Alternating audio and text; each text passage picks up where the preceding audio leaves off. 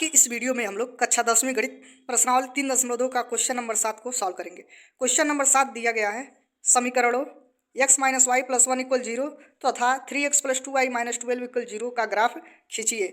x अक्ष और इन रेखाओं से बने त्रिभुज के शीर्षों के निर्देशांक ज्ञात कीजिए और त्रिभुजाकार पटल को छायांकित कीजिए। इस क्वेश्चन में दो समीकरण दिया गया है, ये दो समीकरण दिया गया है, इसका हमको ग्राफ बनाना है और इनसे इन रेखाओं से जो त्रिभुज बनेगा उसके त्रिभुज के शीर्षों के निर्देशांक को भी ज्ञात करना है और पटल को उसको छायांकित करना है। तो चलिए इसको हम लोग सॉल्व करते हैं। तो हल में सबसे पहले इसको समीकरण को फर्स्ट और सेकंड मानेंगे। तो x - y + 1 = 0 यह समीकरण दिया गया है, इसको मानेंगे समीकरण फर्स्ट।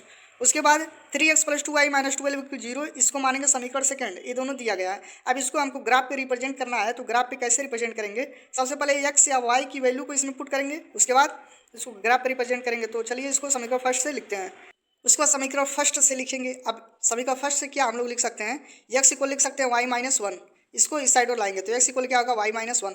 अब इसका एक टेबल बनाएंगे x और y की वैल्यू को। इसमें समीकरण फर्स्ट में y की वैल्यू को 1 रखेंगे।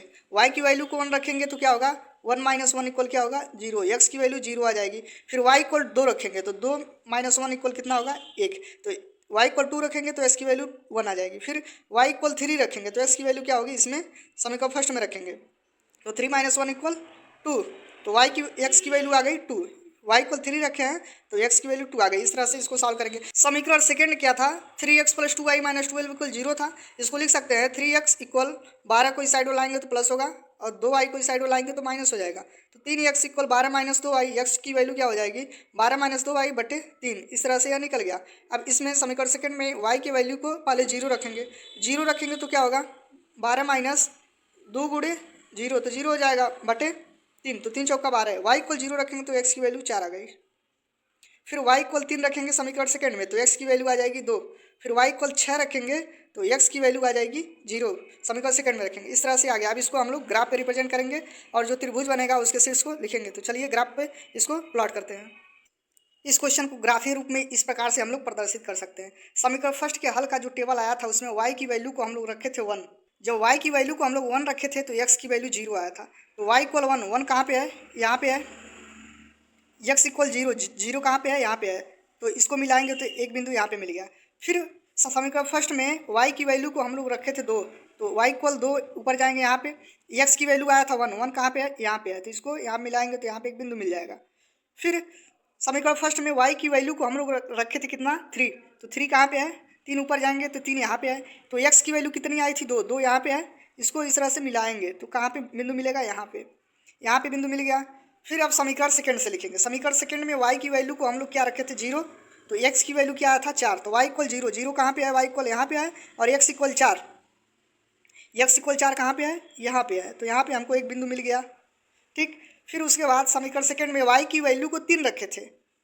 y की वैल्यू को 3 रखे थे तो x की वैल्यू कितना आया था? 2। तो y इक्वल 3 कहाँ पे है? यहाँ पे है। और y इक्वल 2 कहाँ पे है? यहाँ पे है। तो इसको मिलाएंगे तो एक बिंदु यहाँ पे मिल जाएगी। फिर y इक्वल हम लोग रखे थे 6।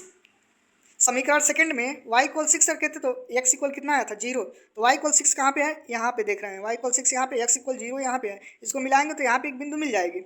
अब ये जो 3 बिंदु आया है, ये वाला जो ग्रीन कलर का लाइन है, इस तरह से हम लोग इसको खींच देंगे या मिल गया।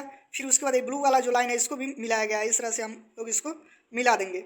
अब इसको मिलाएंगे तो देखिए क्या बनता है। इस प्रश्न में क्या बोला था?